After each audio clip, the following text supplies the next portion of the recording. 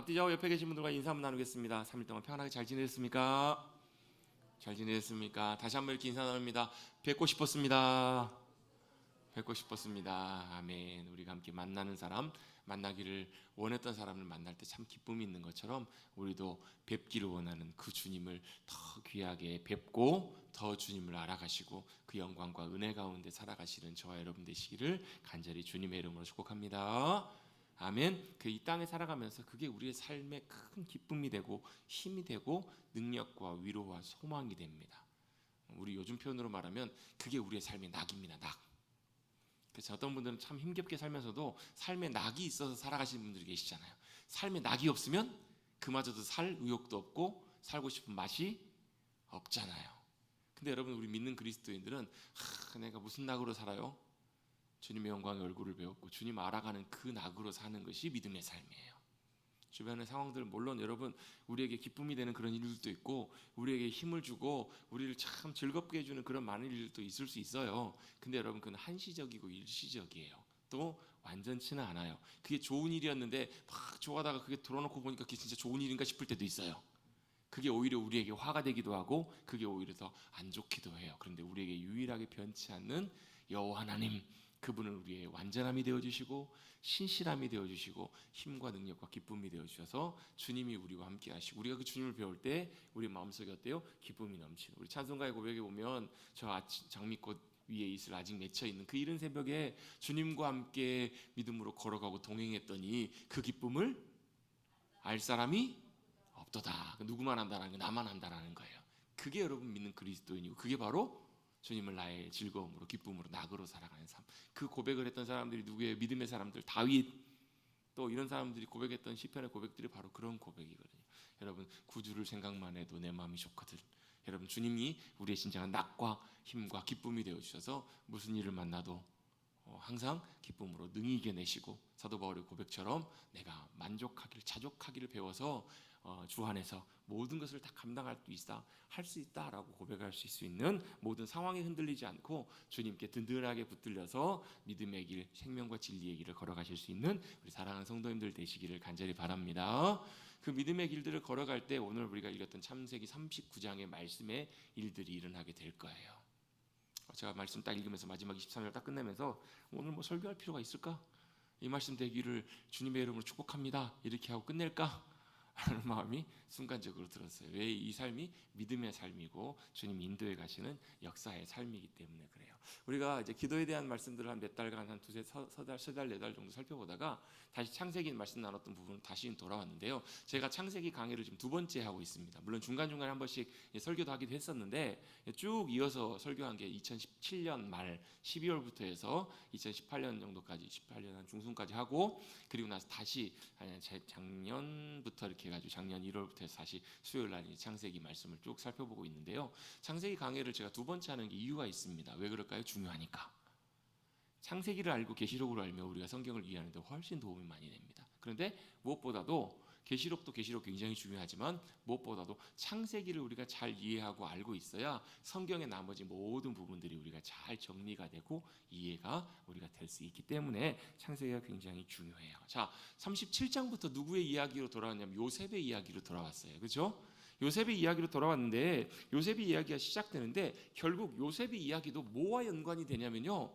누구의 이야기와 연결이 되냐면 아브라함의 이야기와 연결이 돼요.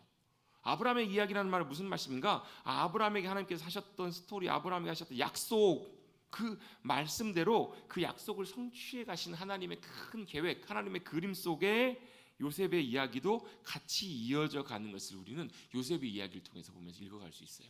제가 성경 통독을 처음 시작했던 게 제가 대학교 1학년 때 거의 한 30년이 다 되는 것 같아요. 29년 30년 됐는데요. 그때 성경 통독을 하면서 그때는 이제 월요일 오전부터 해가지고 토요일 오후까지 성경을 앉아서 이제 하루에 잠 4-5시간 자면서 밥 30분 동안 먹으면서 계속 성경을 읽고 설명을 듣고 이렇게 월요일부터 쭉 일주일간 있었어요. 한 화요일쯤 되면 정말 힘들어요. 막 허리가 끊어질 것 같고 막 무릎이 아프고. 근데 희한하게도 한 이틀 정도 지나고 나면 그때부터 이제 몸이 적응을 해요. 희한하게. 그래가지고 희한하게 그때부터 이제 성경을 쭉 설명을 들으면서 이어가는데요. 성경을 왜 한 주 동안 그렇게 빡빡하게 힘들게 읽는가? 그 이유를 이렇게 설명을 해주시더라고요.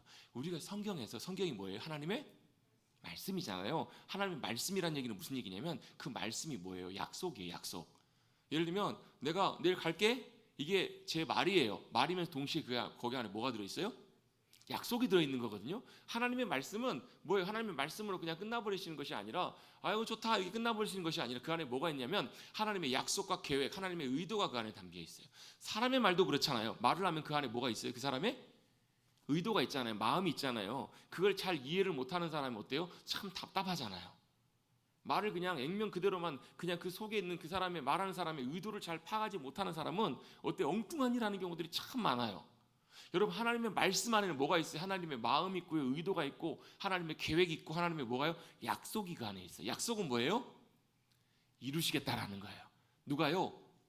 말씀하신 하나님께서 하나님이 이루신다. 이게 하나님의 약속의 중요한 의미거든요. 주님 말씀하셨으니까 주님이 이루세요. 그걸 제일 함축적으로 제일 직접적으로 보여주는 말씀이 창세기 1장이에요. 말씀하시니까 어떻게 돼요? 그대로 되었더라. 하나님 보시기에 짐이 좋았더라. 이게 하나님의 약속을 이루시는 놀라운 장면을 창조를 통해서 보여주세요. 그리고 그 다음의 이야기들이 어때요? 창세기 1장에 아담에게 하셨던 약속, 그 약속을 통해서 그 이야기가 성경을 통해서 역사를 통해서 지금까지 쭉 이어져 오고 있어요. 쭉 이어져 오면서 내려오면서요, 하나님이 행하신 놀라운 일들, 사실 우리는 잘 몰라요. 왜요? 우리는 뭐만 보여요? 우리 인생 요거밖에 안 보인다고요. 그래서 여러분 이사야 56장에 나오는 것처럼 뭐라고 말씀하세요? 야 너희 생각과 내 생각은 다르다. 하늘과 땅이 땅의 높은 같이, 이사야 55장에 보면 하늘이 땅보다 높은 같이 하나님의 생각이 어떻다고요? 훨씬 높고 탁월하시다고. 우리가 그걸 이해할 수가, 여러분 개고양이들이 사람의 생각과 마음과 감정을 이해할 수 있어요, 없어요? 어느 정도 좀 느끼긴 하겠죠. 근데 여러분 심오하고 깊은 내용을 이해를 못해요. 전화하고 있으면 고양이들이 와가지고 앞에서 야옹야옹 거린다고. 왜? 혼자 말하고 있으니까 자기 부르는 줄 알고. 왜요? 고양이는 전화기를 통해서 저 멀리 있는 상대방과 내가 지금 통화하고 있다는 것을 고양이 차원에서 이해할 수가 없는 거죠. 하나님 차원도 우리는 마찬가지로 이해할 수 없어요. 우리는 한계가 있고 우리가 아무리 여러분 많은 계획을 세워도 여러분 우리는 아무것도 할 수 있는 것이 없어요. 우리 인생이 끝나버리면 그대로 끝나요. 그런데 누구는요? 영원하신 하나님, 영존하시는 여호와 하나님, 우리의 창조주 하나님 아버지께서는요, 우리의 인생 위에 계셔서 우리의 인생과 뛰어넘어서, 여러분 아브라함이 하신 약속 언제 이루세요? 아브라함 때, 이삭 때, 야곱 때, 요셉 때 걸쳐가지고 그 약속이 이루어지기 시작해서 언제요? 4대 후에 400년 후에 약속을 주님께서 그대로 성취하시고 그대로 데리고 오시잖아요. 창세기 15장에 나와 있는 말씀 몇 번 우리 함께 살펴봤죠? 기억 안 나세요? 기억 못하시면 또 찾습니다. 창세기 15장에 보면 아브라함에게 하나님께서 미리 약속을 하세요. 야, 너 큰 민족이 되게 할 거라고. 누가? 하나님께서. 그런데 그 민족이 어때요? 다른 나라에 가서 거기서 학대를 받으면서 어려움을 당하면서 그래서 종살이 할 거라고. 몇 년 동안요? 400년 동안 어려움을 당할 텐데 400년 하나님의 약속의 시간이 지나면 하나님이 어떻게 다시 이곳으로 돌아오게 하실 거라고. 그곳이 어디? 약속의 땅 가나안 땅이에요. 돌아오게 하시는데 그냥이 아니라 은금보화와 많은 것을 가지고 오게 하실 거라고. 그대로 되어야 한대요. 출애굽기 12장 13장 14장에 보면 그대로 되잖아요. 왜요? 약속하신 분이 하나님이시고 이루신 분이 하나님이시기 때문에 그래요. 몇 대가 지났어요? 최소 8대 이상이 지났어요. 8대가. 여러분 8대 손이면 여러분 봐요 못 봐요? 지금도 보니까 교회에서 보면 증손주 보신 분들이 계세요. 고손도 계시겠죠. 해봐야 기껏 해봐야 5대예요. 근데 그 다음 일을 우리는 책임질 수도 없고 볼 수도 없고 알 수도 없어요. 근데 누구는요? 하나님은 아신다고요. 그리고 하나님은 행하신다고요. 하나님께서 그 놀라운 일들을 이뤄가시는 역사, 그 이야기가 바로 창세기에 나와 있는 귀한 역사이고 이야기인 줄로 믿습니다. 그 약속을 이뤄가시는 이야기가 창세기 이야기예요. 그러면 우리 차원에서 이렇게 생각해 볼 수 있어요. 우리는 뭐예요? 아무것도 안 해도 되겠네요. 왜? 하나님 하시니까. 그래요 안 그래요?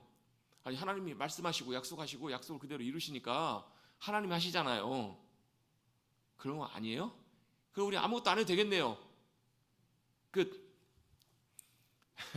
우리 아무것도 안 해도 되겠네요 라고 생각하기 쉬운데요. 그런데 그렇지가 않아요. 왜냐하면 하나님께서 창세기 1장에 천지만물을 창조하시고 아담을 만드신 다음에 하신 말씀을 우리가 살펴보면 그게 아니라는 것을 알 수 있어요. 하나님께서 아담에게 뭐 하세요? 아담에게 복을 주시고 그에게 뭐 하세요? 말씀하시되 이르시되 지시하신 거예요. 뭘 지시하신 거예요? 생육하고 번성하라, 땅에 충만하라, 땅을 다스리고 정복하라, 땅을 통치하라 라고 하나님께서 누구에게? 아담에게 하나님이 만드신 천지 만물을 맡기세요. 위임하세요. 자, 뭐 하라고? 다스리라, 정복하라. 이 말은 자기 마음대로 네가 왕 돼서 네 마음대로 하라 그런 의미가 아니라 하나님께서 만드신 천지 만물을 누구에게? 아담에게 누가 주인이세요? 하나님이 주인이신데 누구에게요? 아담에게 위임하신 거예요. 맡겨놓으신 거예요. 뭐 하라고? 이 땅에 뭐 하라고요? 자기 마음대로가 아니라 하나님의 뜻대로, 하나님의 질서대로 이 땅을 잘 관리하고 유지하고 돌아보게 하라고. 이 땅이 뭐가 되게 하라고요?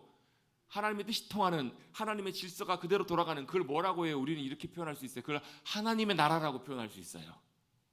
하나님의 나라는 뭐가 하나님의 나라인가? 천국 죽은 다음에 가게 될 것이 하나님의 나라가 아니고요. 하나님의 나라는 주님이 다스리시고 통치하시고 주님의 법이 통하고 주님의 질서가 그대로 이루어지는 곳이 하나님의 나라예요.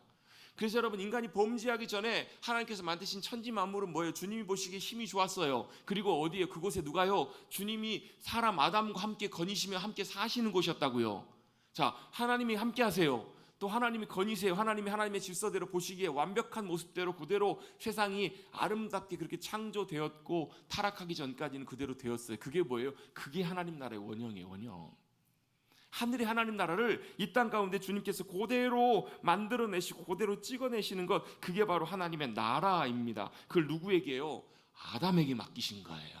아담에게 그렇게 하도록 하는 것이 하나님의 의도이고 목적이었어요. 자, 우리를 하나님께서 왜 구원하셨는가? 여러분, 우리가 예수 그리스도를 통해서 예수님을 믿음으로 우리가 구원받은 하나님의 자녀가 됐어요. 자, 구원받는 목적이 뭐예요? 과거에는요 다 그렇게 우리 가르치고 그렇게 믿고 알았어요. 예수 전당 불신지요. 구원받은 목적이 천국 가기 위해서. 그럼 우리 다 천국 가십시다. 오늘 당장에 다 짐 싸시고 준비하셔가지고 오늘 다 저녁에 모이세요. 천국 가십시다. 이게 하나님의 완전한 의미가 아니었다라는 거예요. 하나님의 큰 그림은 결국 우리의 인생의 마지막에는, 우리의 인생이 끝나면 죽음을 통해서 그 전에 주님이 오시면 죽음을 겪지 않고도 영광의 부활에 참여하게 될 거예요. 그게 우리의 종착점이고 가갈 길은 맞는데, 지금 오늘 살아가는 우리들의 삶을 향한 하나님의 구원의 목적과 의미가 무엇이냐는 거예요. 그걸 우리가 알고 살아가는 것이 너무너무 중요해요. 그게 뭐예요? 그걸 분명히 우리가 알고, 그렇게 알 때 어떻게 해요? 주님과 함께 동행하는 삶이 가능해요. 그걸 모르면 어때요? 내가 하고 여기 갑시다 하는데 안 보여. 봤더니 이 사람은 다르게 이해를 한 거예요. 나는 이렇게 말을 하고 이런 의도로 가는데 다른 사람은 다르게 잘못 이해하고 잘못 오해하면 동행할 수가 없겠죠. 하나님이 이렇게 말씀하시고 이걸 의도하고 계시는데 우리는 어때요? 하나님 기뻐하신 일 한다고 하면서 영 어머니 엉뚱한 일 할 수가 있다고요.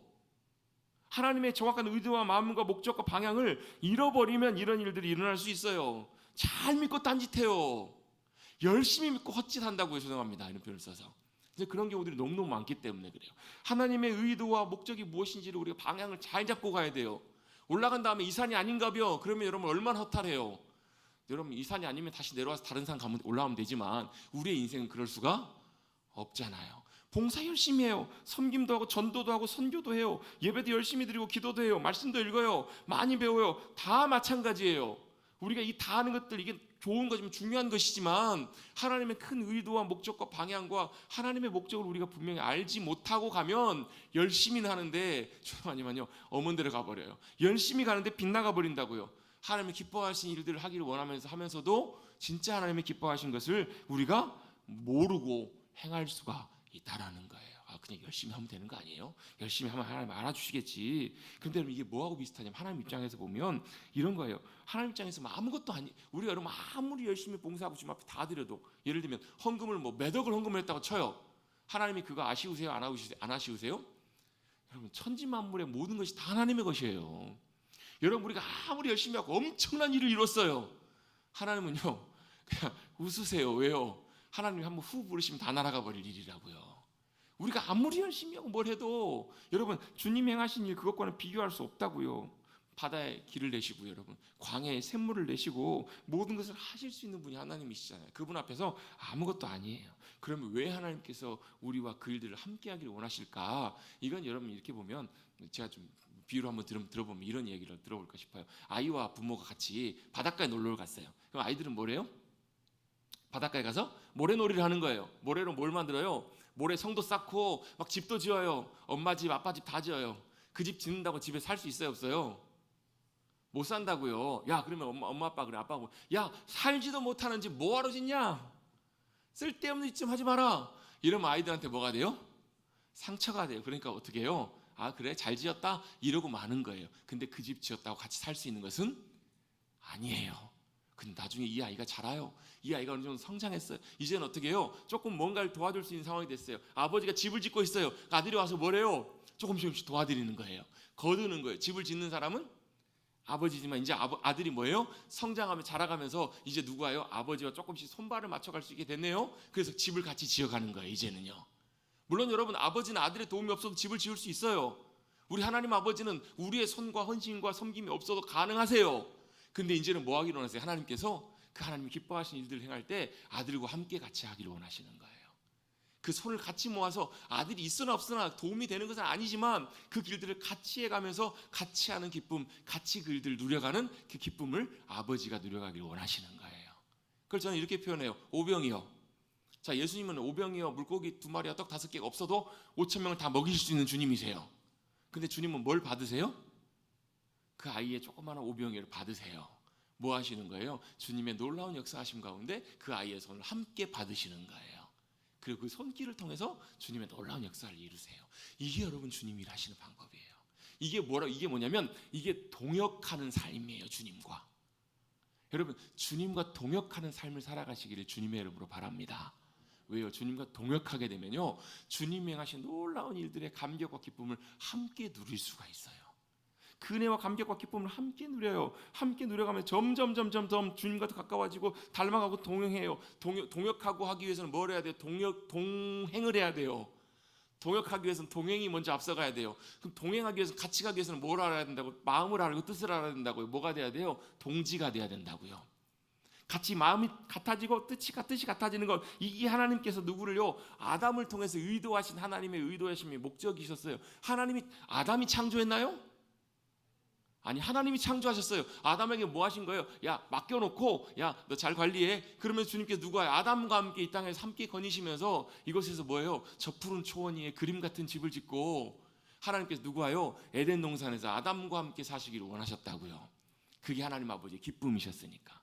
여러분, 결혼을 왜 해요? 그것 때문에 결혼하는 거잖아요. 같이 사랑하는 나이님과 함께 한평생 살고 싶네. 주님은 어떻게 해요? 영원토록 함께 살고 싶으셔서 하나님의 형상대로 지음받은 아담이 많아져서 그 많은, 여러분 그렇잖아요. 자녀 많으면 좋아요, 안 좋아요? 힘들지만 나중에 커놓으면 좋잖아요. 그렇잖아요. 좋겠죠. 좋을 거예요. 좋을 거라고 믿어요. 좋을 거라고 믿어요. 근데 여러분 어때요? 후손들이 많아요. 나중에 왔더니 막 그 후손을 낳고 해가지고 어때요? 막 30명, 40명 되면 막 걱정하시는 분 계세요. 야, 용돈을 얼마나 줘야 돼? 막 그런 분 계세요? 보시면 어때요? 그냥 볼 때마다 흐뭇하시죠. 하나님께서 아담을 보실 때 그걸 생각을 하신 거예요. 야, 너 생육하고 번성해서 내가 만들어 놓은 천지 만물 가운데 네가 가득해라. 여러분, 사람의 아들은 누구예요? 사람이에요. 사람의 아들은 사람. 이게 유대인들의 표현이에요. 하나님의 아들은 누구세요? 하나님이세요. 사람의 아들은 사람이에요. 개는 아들이 아니죠. 새끼는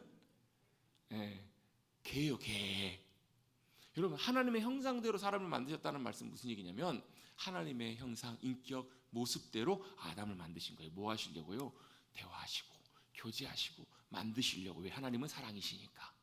사랑의 대상으로 아담을 만드셔서 아담을 놓으시고 온 땅에 아담이 가득해서 하나님께서 기뻐하시면서 아담을 통해서 온 땅이 어떻게 해요? 하나님이 만드신 아름다운 천지 만물로 하나님이 만드신 놀라운 풍성함을 같이 누리며 하나님의 영광을 온 땅 가운데 주님께서 채우기를 원하신, 그게 하나님의 의도이고 목적이셨던 거예요. 근데 이게 어디서 딱 틀어져요? 창세기 2장 딱 지나고 3장에서 아담이 하와가 하나님을 거역하는 그 순간부터 이 모든 것들이 다 틀어지기 시작해요. 왜?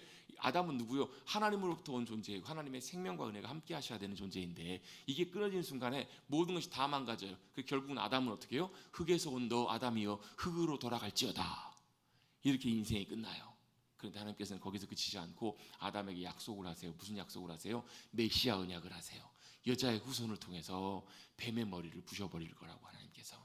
다시 모든 깨어졌던 것들을 주님이 다시 회복하시고 되돌리시겠다고. 누굴 통해서요? 여자의 후손으로 오신 예수 그리스도 십자가 위에서 사망과 어둠의 권세가, 뱀의 머리가, 모든 죄악과 모든 것들이 깨어진 줄로 믿습니다. 예수 그리스도의 십자가의 보혈의 능력이 거기에 있는 거예요. 거기서 예수님 박살내버리세요. 그리고 뭐 하셨다고요? 거기서 이기신 승리를 이제 언제까지요? 주님 다시 오실 때까지 누굴 통해서요? 예수님의 믿음의 제자들, 예수님의 믿음의 자녀들, 하나님 나라의 거룩한 삶을 살아가는 그들을 통해서 예수님의 승리를 선포하고 어디에 그 삶의 자리에 나타내기를 주님이 의도하시고 원하셨다라는 거예요. 그렇게 회복해 가시는 과정이 지금이에요. 그래서 보면 계시록의 결론이 뭐냐면요, 주님의 승리와 완성이에요. 계시록 어때요? 마지막 때는 어때요? 막 더 복잡하고 혼란스러울 거예요. 결론은 딱 나 있어요. 결론은 뭐예요?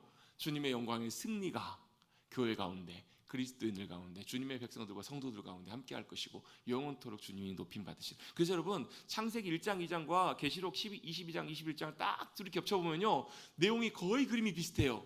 왜 그럴까요? 회복될 나라, 그 나라를 주님께서 이미 말씀하셨고 약속하셨기 때문에 그래요. 그걸 뭐라고 하냐면 하나님의 나라가 이 땅에 임하는 거예요.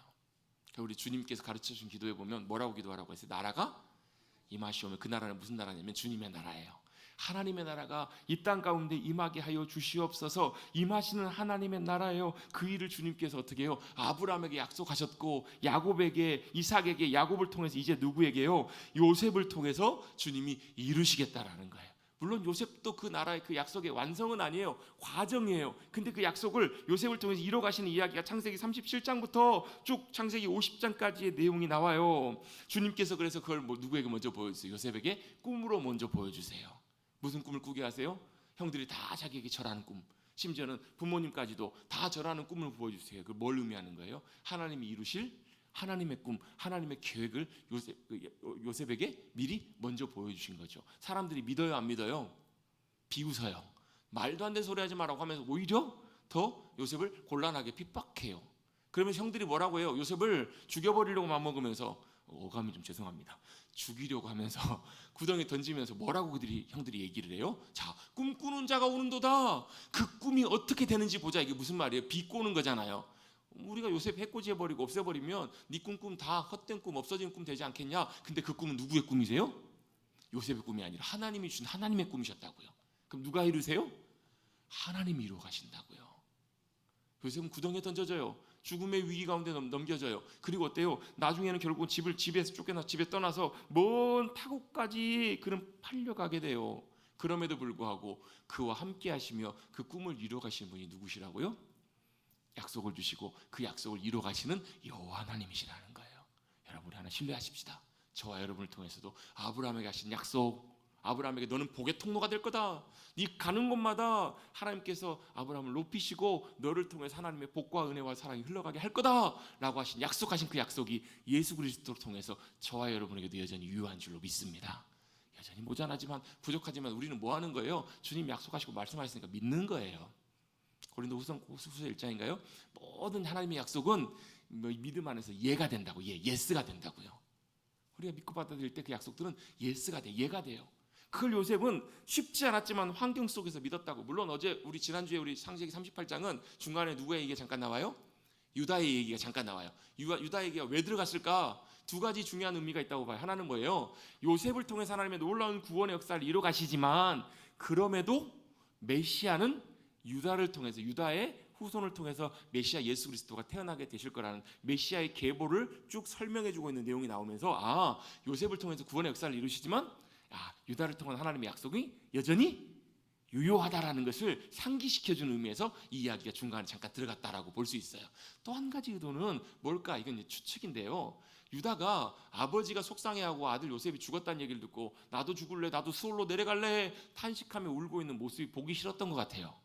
그래서 아마 집을 나가요. 집을 나가서 어떻게 해요? 자기 마음대로 가나안 여인을 딸을 얻어가지고 자기도 자녀를 낳고, 근데 그 자녀들이 어때요? 아들들이 하나님 앞에서 악을 행함으로 자식 둘이 죽임을 당해요. 죽어요. 그리고 나니까 이제 누구 마음이요? 아버지의 마음이 어떤 마음인지를 조금 그가 인간적으로 좀 헤아릴 수 있게 되지 않았겠나. 아들을 잃은 아버지의 마음이 이런 마음이었구나. 요셉을 잃었던 야곱 아버지의 마음이 이런 마음이었구나라는 것을 좀 헤아리게 돼요. 또 어떤 일이 있어요? 자기가 잘못해서 며느리를 통해서 자기 자식이 태어나요. 이거 아들이에요? 손주예요? 아들이라고 해야, 손주라고 해야 돼요. 참 여러분, 족보가 꼬였어요. 참 어떻게 보면 말도 안 돼요. 근데 여러분, 그 족보에 누가 태어나세요? 예수님이 태어나세요. 여러분, 예수님은 그런 집안에서 태어나신 분이세요. 그런 족보에서 어때요? 다윗이 밧세바를 범해가지고 그 후손을 통해 태어난 분이 예수님이시고요. 이방 기생을 통해서 낳은 그 후손이 바로 예수님이시잖아요. 근데 이렇게 복잡하고 꼬여있는 족보를 통해서 어때요? 예수님께서 메시아가 태어나세요. 근데 야곱이 그때 했던 유다가 했던 고백이 있어요. 네가 나보다 옳다. 이건 무슨 얘기냐면요, 자신의 잘못과 자신의 연약함과 부족함을 인정하게 되는, 하나님께서는요 그런 사람들을 사용하세요. 결국은 그가 그런 과정과 경험들을 통해서요 나중에 요셉을 만났을 때 이것이 여러분 다 한 조각 한 조각이 다 맞아떨어져서 정확하게 일들이 이루어진 걸 보게 돼요. 요셉은 뭘 하기로 원해요? 형들이 변했는가 안 변했는가를 보기로 원해요. 시몬을 잡아둔 이유도, 베냐민을 잡아둔 이유도 뭐라는 거예요? 과거의 옛날 형들과 똑같은 형인가, 아니면 뭔가 좀 달라졌는가, 콩가루 집안과 같아서 자기를 죽이려고 했던 형들 여전히 그렇게 불신과 반목 가운데 집안이 그렇게 돌아가고 있는지, 아니면 달라졌는지를 보기를 원했던 거예요. 근데 누가요? 변화되었던 유다가 자기가 베냐민을 대신해서 자기가 대신에 잡히겠다라는 거예요. 요셉이 그 모습을 보면서 형들이 그때 그 형들이 아니구나, 소망이 있겠구나 하면서 그제서야 자기 정체를 밝히고 가정이 완전히 하나 되는, 부둥켜 안고 얼싸안는 그런 일들이 되게 돼요. 그런 이제 의도적인 장치가 38장에 포함이 되었던 거예요. 유다가 이제 그걸 경험하면서. 그리고 나서 다시 이야기가 누구 얘기로 돌아와요? 하나님의 약속을 이루어 가시는 요셉의 이야기로 다시 돌아가는 것을 보게 됩니다. 요셉이 다시 돌아가요. 죽을 뻔하지만 결국은 죽는 것과 마찬가지인 노예로 상인들에게 팔려서 어디까지 가게 되죠? 1절에 보시면 요셉이 끌려서 어디로 가요? 애굽으로 내려갑니다. 애굽으로 던져집니다. 애굽으로 떨어집니다. 근데 그곳에서 누구를 만나냐면 바로의 신하 친위대장 애굽 사람 보디발이 그를 이스마엘 사람의 손에서 요셉을 샀더라, 이렇게 성경에서는 자세하게 내용들을 설명해 주고 있습니다. 보디발의 이름의 뜻이 무슨 뜻이냐면요, 라가 주셨다라는 말. 라라는 말은 무슨 말이냐면 애굽의 신이에요. 애굽의 신. 애굽의 가장 높은 신이 라인데요, 애굽의 신이 뭐 하는 거예요? 주신 인생이다, 주셨다라는 그런 의미의 뜻이 보디발이에요. 그러면 이 보디발이라는 이름은 어떤 색채가 강해요? 이방 신의 색깔이 굉장히 강한 것을 보게 돼요. 자, 요셉이 팔려온 땅이 어떤 땅이에요? 이방 땅이에요. 우상을 섬기는 땅이에요. 자기 주인이 누구예요? 이름이 우상 이름이. 우리로 치면 주인 누구예요? 불자 이름을 갖고 있는 거예요. 완전히 불교식 이름을 갖고 있는 거예요. 그러면 그 집이, 요셉이 팔려간 그 땅이 어떤 땅이라는 거? 이방 땅, 우상을 섬기는 그 땅, 우상이 가득한 그 땅에 팔려갔다라는 것을 보게 돼요. 외국인의 땅, 우상 숭배가 가득한 그곳에서 팔려간 요셉의 모습을 묘사해주고 있어요. 그런데 이걸 왜 이렇게 자세하게 묘사를 하고 있을까? 물론 그 다음의 이야기를 설명하기 위해서 설명하고 있는데요, 사실 이 팔려간 요셉의 모습이 어떤 의미에서 보면 우리의 모습하고도 좀 비슷해요. 우리의 예배를 드리고 나아가는 우리의 세상의 삶의 자리는 어때요? 여전히 하나님보다 우상이 가득하고 세상의 문화가 가득한 그곳에서 어떻게 해요? 어찌 보면 우리는 시민권이 뭐예요? 대한민국 국민이지만 또한 동시에 하늘의 시민권으로 하나님 나라의 백성으로 살아간 존재들이잖아요. 그래서 우리는 뭐예요? 이방 나그네, 이방인처럼 살아가고 있는 우리의 모습을 보여준다라고도 볼 수 있어요. 결국 팔려갔던 집은 어찌 보면 하나님의 섭리와 계획 가운데 바로의 친위대장이니까 굉장히 높은 지위에 있는 그 사람의 집에 팔려가게 됩니다. 결국은 이것들이 다 연결돼서 뭐처럼요? 퍼즐처럼 맞아떨어져서 하나님의 역사와 일들을 이뤄가는데 이 모든 상황들과 일들이 어떻게 돼요? 이용되게 되는 것을 보게 돼요. 여러분 저를 따라 같이 한번 고백해 보겠습니다. 하나님께는 쓸데없는 것이 없다. 여러분 우리 인생에는 쓸모없어 보이고 쓸데없는 것이 있어 보이지 모르지만 우리가 주님의 인도하심 따라 잘 따라가다 보면 그거 하나하나도 다 쓸데가 있을 때가 있고요, 쓸모가 있을 때가 있고, 하나님께서 그걸 바꾸셔서 귀하게 사용하실 때도 있다 없다요? 있다고요. 제가 몇 번 말씀드린 적 있잖아요. 어떤 목사님이 군대를 갔는데 자기는 관심도 없고 하기도 싫은데 이발병으로 뽑혀가지고 거기서 2년 내내 머리만 깎다가 총도 못 잡아보고 머리만 깎다가 제대를 하신 거예요. 2년 몇 개월 동안. 군대 갔다 왔는데 얼마나 그래요? 그렇잖아요. 근데 이발을 그때 2년 2개월 동안 이발하면서 배우면서 나중에 그걸 깨닫게 되셨대요. 뭐 몇십 년이 지난 다음에 본인이 어딜 가셨냐면 이제 목회지를 찾아 목회를 하시게 되고 섬 마을로 가시게 됐는데 그 섬에는 뭐가 없어요? 이발소가 없어요. 미장원이 없어요. 그렇구나 하면서 어르신들을 그때 다 이제 모셔다가 또 가서 뭐 해주는 거예요? 머리를 깎아드리고 잘라드리고. 그때서 이제 머리 탁 치는 거. 하나님께서 이때를 위함이 아닌가. 이때 하시려고 군대에서 그렇게 준비시키고 하셨던 것이 아닌가라는 걸 그 목사님 그때 고백하셨다는 거예요. 여러분 제가 이제 말씀들 배워갈 때 옛날에 배웠던 개념이 하나 있는데요. 영적인 랜드마크라는 게 있어요. 랜드마크는 뭐냐면 그 지역의 가장 대표적인 전주의 랜드마크가 뭐예요? 한옥마을. 예를 들자면 뭐 서울에 가면 여의도에 가면 뭐가 있어요? 옛날에는 63빌딩이었는데 지금은 다른 빌딩들 유명한 빌딩들이 많이 생겼어요. 지금 서울 잠실에 가보면 뭐가 있어요? 제2롯데타워가 있어요. 그게 뭐예요? 그 지역의 랜드마크예요. 뭐 서울 중심에 가보면 뭐 서울타워 뭐 이렇게 있잖아요. 그 랜드마크라고 해요. 그 지역에 굉장히 중요한 이정표와 같은 큰 대표적인 그런 상징물 이런 게 랜드마크인데 우리의 인생에도 랜드마크가 있다는 거예요. 예를 들면 이런 거예요. 아프리카로 선교하러 주님께서 보내실 선교사님에게는 하루아침에 갑자기 눈 감고 눈 떴는데도 아프리카 선교사를 하라 이런 경우가 많지 않다는 거예요. 일생을 놓고 보면 어렸을 때부터 어떤 기회를 통해서인지 하나님께서 보여주신 랜드마크들 사인들이 있었다라는 거예요.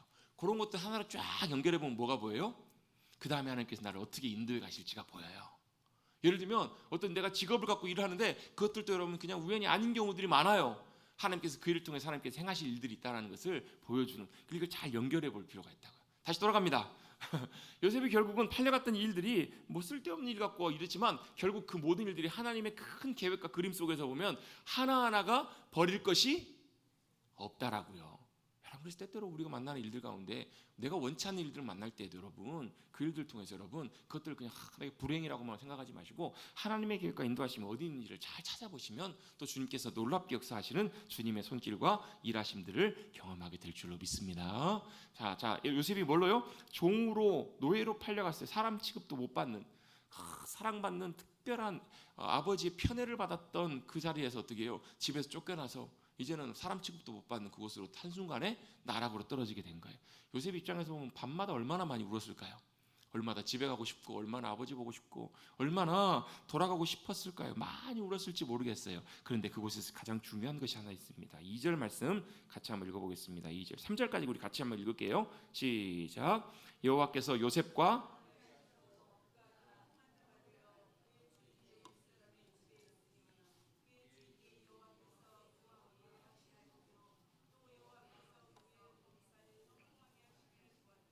아멘. 오늘 여러분 제목도 마찬가지고요. 39장에 있어서 제일 중요한 표현뿐만 아니라 우리의 믿음의 삶에 있어서도 가장 중요한 것 중에 하나가 바로 뭐냐면 여호와께서 함께 하심으로라는 표현이에요.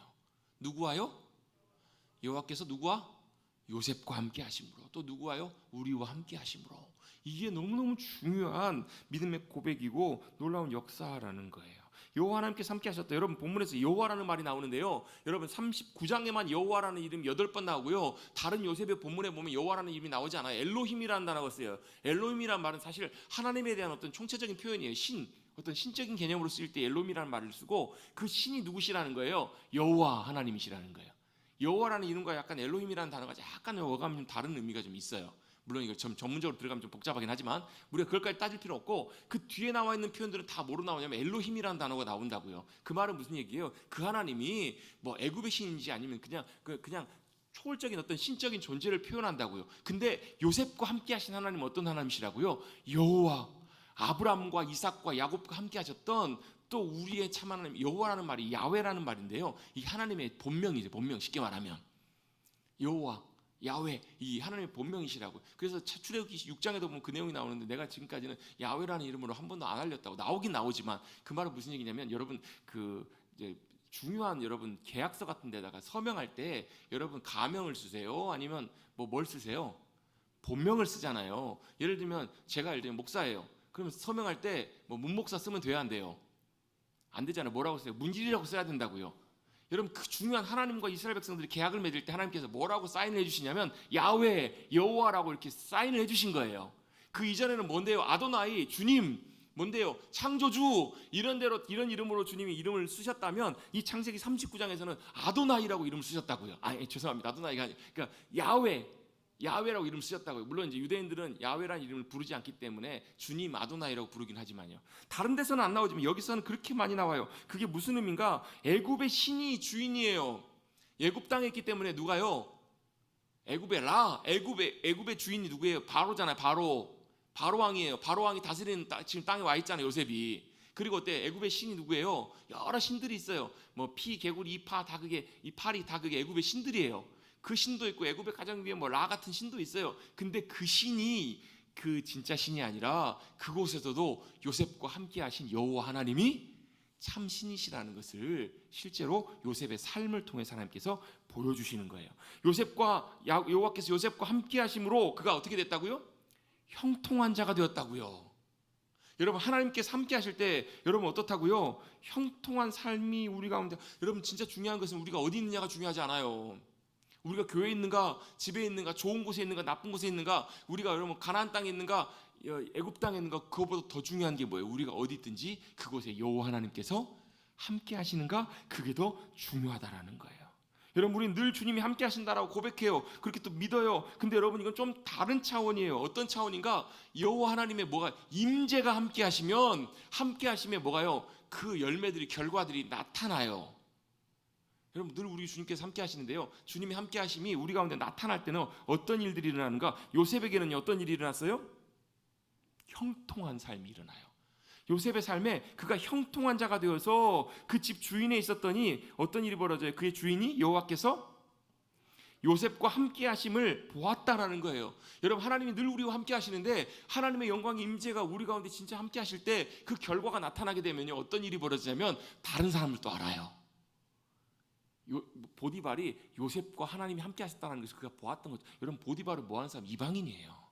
하나님을 모르는 사람이에요. 믿지 않는 사람이에요. 근데 그도 뭘 보아요? 요셉과 함께 하시는 여호와 하나님 함께 하심을 보았다라는 거예요. 또 뭘요? 그가 여호와께서 그의 범사에 뭐하게 하셨다고요? 형통하게 하심을 보았다라는 거예요. 이게 하나님의 함께 하심의 증거들이에요. 열매들이에요. 여러분, 여호와께서 요셉과 함께 하신 것처럼 저와 여러분과 여호와께서, 하나님께서 저와 여러분과 함께 해주셔서 이 놀라운 형통한 삶, 또 주님께서 함께 하심이 세상 가운데 증거되고 드러나는 그런 귀한 삶을 살아가시는 저와 여러분 되시기를 주님의 이름으로 축원합니다. 아마도 추측해 보건대 요셉이 노예로서 살아가면서 뭐 했을까요? 중간중간에 밥 먹으면서 기도했을지도 모르겠어요. 그의 입술을 통해서 뭐가 여호와 하나님을 불렀을지도 모르겠어요. 그러니까 아마 간접적으로 그 보디발이 알았겠죠. 저 땅에서 팔려온 노예인데 그렇구나, 제가 믿는 신이 여호와 하나님인가 보구나, 어쩌면 알았을지 모르겠다고요. 그걸 통해서 그냥 거기서 그치는 것이 아니라 그 하나님이 함께 하셔서 요셉의 삶에 형통케 하심을, 또 자기뿐만 아니라 뒤에 보면 무슨 표현이 나와요? 5절에도 보시면 요셉을 위하여서 하나님께서 요셉 그가 머무는 보디발의 집에도 복을 내리시더라는 거예요. 집에도 복을 내리실 뿐만 아니라 여호와의 복이 그의 집과 밭에 있는 모든 소유에도 복이 함께 하시더라는 거예요. 이게 하나님이 함께 하시는 사람들의 특징이에요. 모습이에요. 우리 하나님께서 함께 하시지. 그 증거가 뭐라고요? 내가 있는 그곳에서 하나님의 복이 함께 하시고 하나님의 형통케 하심과 놀라운 것들이 함께 하시는 것, 그게 바로 진짜 하나님의 함께 하심의 삶이었다라고요. 그걸 요셉은 증거하는 삶을 살았어요. 요셉의 입술을 통해서, 요셉의 삶을 통해서. 여러분, 저와 여러분의 입술을 통해서 무슨 말이 나옵니까? 저와 여러분의 삶을 통해서 무슨 삶의 모습들이 나타나십니까? 여러분, 저와 여러분 입술을 통해서 말로만 하나님이 아니라, 우리의 삶을 통해서 말로만 우리가 믿는 예수님이 아니라 우리의 삶에서 살아계시고 역사하시는 거룩하신 하나님, 완전하신 하나님, 우리의 생명과 복이 되신 하나님, 그분이 요셉의 삶에 함께 하시면서 나타나신 것처럼 저와 여러분의 삶을 통해서도 함께 해주시고 나타나시는 그런 복된 하나님께 영광이 되시는 귀한 삶을 살아가시는 저와 여러분 되시기를 주님의 이름으로 축복합니다. 이게 바로 요셉의 놀라운 삶이었어요. 요셉의 하나님께서 함께 하심으로 세상에 여러분 있지만, 세상 속에 있고 애굽 속에 있지만, 보디발의 집에 있지만 하나님께서 놀랍게 함께 하시면, 이게 뭐예요? 이게 아브라함에게 하신 약속이잖아요. 내가 너와 어떻게 해? 너를 형통하게 하리라. 복의 통로가 되게 하리라. 너에게 복 주는 자, 너와 함께하는 자에게 내가 복을 줄 것이고 너를 대적하는 자에게 내가 그를 저주할 거라고. 이 약속이 그대로 요셉의 삶을 통해서 성취되는 것을 보고 계시죠? 보셨죠? 못 보셨어요? 보셨죠? 요셉이 그의 주인에게 은혜를 입어 섬김에 모든 것을 다 위탁해요. 소유물을 다 주관하게 했더니 여호와께서 요셉을 위해서 놀라운 복과 은혜를 보디발의 집과 소유에도 다 주시더라는 거예요. 이 놀라운 일들이 바로 믿음의 삶이에요. 요셉, 그는 상황과 환경과 상관이 없었어요. 여러분, 우리는 항상 뭘 탓하냐면요, 상황과 환경을 탓할 때가 많아요. 환경이 이러니까, 상황이 이러니까 안 돼, 어려워. 그런데 요셉은 상황과 환경과 상관없이 하나님께서 함께하여 주심으로 어땠다고요? 그 주님이 함께 하심으로 형통한 삶을, 믿음의 삶을 살았다고요. 또 하나님께서 함께해 주심으로 말미암아 뭘요? 늘 하나님을 경외함으로 하나님 앞에 진실하고 정직하게 행하였기 때문에 어때요? 사람들로부터도 인정받고 그것에서 진실한 삶을 살면서, 여러분, 이러한 삶이 진짜 믿음의 삶이 아니겠냐는 거예요. 진짜 이런 삶이 주님과 함께하는 성령님과 동행하는 귀한 성령님의 삶이 아니겠냐는 거예요. 여러분 요셉 잘 닮아가십시다. 저 여러분들 이렇게 귀한 삶을 살아가셔서 하나님께 영광 돌리시는 우리 모두가 되시기를 주님의 이름으로 축복합니다. 그렇게 다 맡깁니다. 6절에 보시면요, 요셉의 손에다 다 맡겨요. 음식 외에는 간섭하지 않아요. 근데 그러고 나서 마지막에 뭐가 나와요? 요셉은 용모가 빼어나고 아름다웠더라. 이 말씀이 왜 나올까요? 그 다음에 나오는 사건을 암시해 준다고 볼 수 있어요. 하여튼 요셉이 좀 용모가 좀 좋았던 것 같아요. 무슨 사건이 일어나요? 보디발의 아내가 등장을 해요. 여러분 이 사건은요, 그냥 단순히 보디발의 아내뿐만 아니라 하나님 입장에서 보면 요셉을 뭐 하시는 거예요? 요셉의 입장에서 보면 하나님 앞에서의 어떤 테스트, 영적인 귀한 도덕적인 테스트와 관련된 일이라고도 볼 수 있어요. 보디발의 아내는 딱 두 마디예요. 동침하자, 함께 눕자. 히브리에 보면 함께 눕자, 이걸 이제 한자로 동침이라고 하잖아요. 함께 눕자, 딱 두 마디예요. 여러분 두 마디 했는데 요셉은 몇 마디 하는 줄 아세요? 38마디를 해요. 38마디 쫙 합니다. 두 마디 함께 눕자 이렇게 청하는데요, 요셉은 거절하면서 자기 아내, 그 주인의 아내에게 이렇게 설명해요. 아, 주인이 내게 모든 걸 다 맡겼고 위탁했고 소유를 간섭하지 않고 나보다 이 집에 큰 사람이 없고 주인에는 금한 것이 없고 막 주저리주저 설명을 해요. 뭐 하고 있는, 설교하고 있는 설교. 요셉이 아내에게 설교를 하면서, 보디발의 주인의 아내에게 설명을 하면서 두 가지를 얘기를 합니다. 뭐예요? 주인이 모든 것을 다 금하지 않았지만 당신은 주인의 소유고 주인과 동급입니다. 나는 주인에게 뭐 할 수 없다, 거역할 수가 없습니다. 주인을 거역할 수가 없습니다. 그보다 더 중요한 이유 또 한 가지를 얘기를 하는데요, 뭘 얘기를 해요? 나는 하나님 앞에서 죄를 지을 수 없습니다 라고 얘기를 해요. 뭐라는 거예요? 이 땅에서의 주인 보디발에게도 거역할 수 없을 뿐만 아니라 뭐라고요? 지금 아무도 없지만 집에 누구만 있어요? 자기와 자기 그 주인의 아내만 있지만, 보디발의 아내만 있지만, 요셉은 뭘 인식하는 거예요? 그곳에 함께하신 하나님, 함께하신 하나님 앞에서 하나님을 뭐 하고 있는 거예요? 두려움 가운데 경외하고 있는 거예요. 여러분 눈에 보이지 않는 하나님이 어디나 계시잖아요. 그 하나님 앞에서 요셉은 반응하고 있는 거예요. 주인 앞에서도 마찬가지고 뭐라는 거예요? 지금 보이진 않지만 하나님 앞에서 어떻게 죄를 지을 수 있겠습니까? 요셉은 지금 어떻게 해요? 하나님 앞에 살아가고 있는 것을 증거해주고 있는 거예요. 그의 말과 행동과 모든 것들이 보이지 않는 하나님 앞에 하나님을 경외함으로, 이걸 뭐라고요? 땅의 주인뿐만 아니라 하늘의 주인 앞에 살아가는 삶, 이걸 옛날 라틴어로 뭐라고 하냐면 코람데오라고 합니다. 코람데오 아시죠? 하나님 앞에서, 코람 앞에서, 데오 하나님 앞에서. 여러분 앞에 지금 하나님이 계십니까? 계십니까? 여러분 운전하실 때 여러분 차 운전대 앞에 주님이 계심을 믿으십니까? 여러분의 가정 가운데 주님이 함께하고 계심을 믿으십니까? 믿으신다면 의지하십시오. 또 순종하십시오. 뭘요? 경외함으로요. 내가 사람은, 저도 되게 그런 거 많거든요. 사람 눈에 볼 때는 막 이렇게 하지만 사람 안 볼 때는 어떻게 설렁설렁 하려고 그런 거 있잖아요. 근데 누구 앞에서요? 하나님 앞에서. 여러분 이거 끊임없이 기억하셔야 돼요. 맨날 잊어버리거든요. 하나님 앞에 생각하는 요셉의 삶, 그 삶을 통해서 요셉은 정결한 삶, 거룩한 삶을 살기 위해서 몸부림을 칩니다. 요셉은 그 자리를 피했습니다. 요셉은 아내의 제안을 거절합니다. 하나님의 임재는 또한 뭘 요구를 하는가? 하나님의 함께 하심은요, 우리에게 복과 놀라운 형통케 하심을 주지만 또 한 가지 우리에게 요구되는 것이 있어요. 거룩한 삶이 요구돼요. 순결한 삶, 거룩한 삶으로 우리에게 요구될 때 요셉은 그 유혹을 잘 이겨내고 거룩한 삶으로 나아가게 돼요. 그런데 한 가지 문제가 있어요. 이게 한 번 이겼다고 끝나지 않아요. 계속 반복돼요. 계속 반복됩니다. 죄의 유혹은, 세상의 유혹은 끊임없이 우리를 향해서 유혹하고 우리의 삶에 그러세요. 이거 여러분 우리의 삶에도 똑같은 원리로 적용돼요.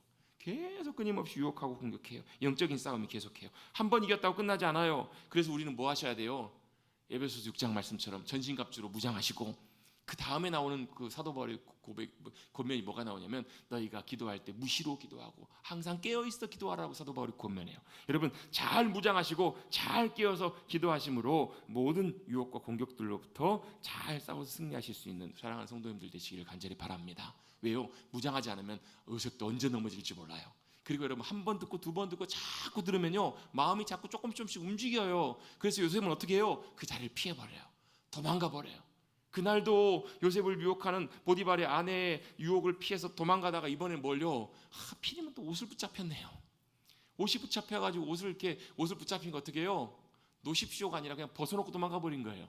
얼마나 완벽하게 정결한 삶을 살기 위해 몸부림을 쳐요. 근데 그것이 또 요셉에게 큰 올무가 되잖아요. 그 이야기 여러분 잘 아시죠? 뒤에 어떻게 해요? 요셉의 아내가 요셉을 거짓말로 모함해가지고 자기가 그래놓고 요셉이 그랬다고 막 해가지고 결국은 어떻게 돼요? 결국 감옥까지 들어가게 돼요. 얼마나 억울할 일이에요. 여러분 세상 살면서 제일 힘든 것 중에 하나가 억울한 일이잖아요. 억울한 일 당해보셨습니까? 나중에 천국 가셔서 요셉하고 만나보십시오. 요셉이 여러분 얼마나 억울한 일을 당해요. 자기는 잘못한 것도 없었는데 더 절망적인 상황은 이제 어디까지 가요? 감옥까지 던져지게 돼요. 근데 그럼에도 불구하고 거룩하게 정결한 삶을 살았던 요셉은 억울했을지 모르지만 그 감옥에서도 누가요? 여호와께서 요셉과 함께 하시고 그에게 인자를 더하사 그것에서도 은혜를 받게 하시더라는 거예요. 여러분 상황과 환경보다 더 중요한 게 뭐예요? 하나님이 함께 하심이에요. 하나님이 함께 하셨다니 그 일들이 벌어져요. 여러분 고난받는 메시아도 억울하게 예수님께서도 십자가 지셨잖아요. 또 바울과 실라도 억울하게 감옥에 갇혔어요. 근데 그곳에 누가 함께 하세요? 하나님이 함께 하세요. 그랬더니 구원의 역사가 임하고 놀라운 일들이 일어났던 것처럼 때때로 우리가 믿음의 길 걸어갈 때 어떻다고요?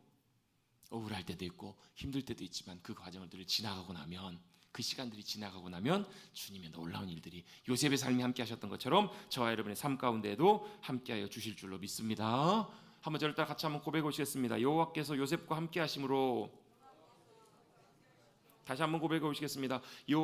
여호와께서 우리와 함께 하심으로 아멘. 우리와 함께하여 주셔서 주님의 손이 우리를 붙들어 주시고 놀랍게 인도해 주시는 귀한 은혜를 경험하시고 승리하시는 우리 사랑하는 성도님들 우리 모두가 되시기를 간절히 주님의 이름으로 축복합니다. 축복합니다. 우리 함께 찬송하고 기도하겠습니다. 419장 우리 함께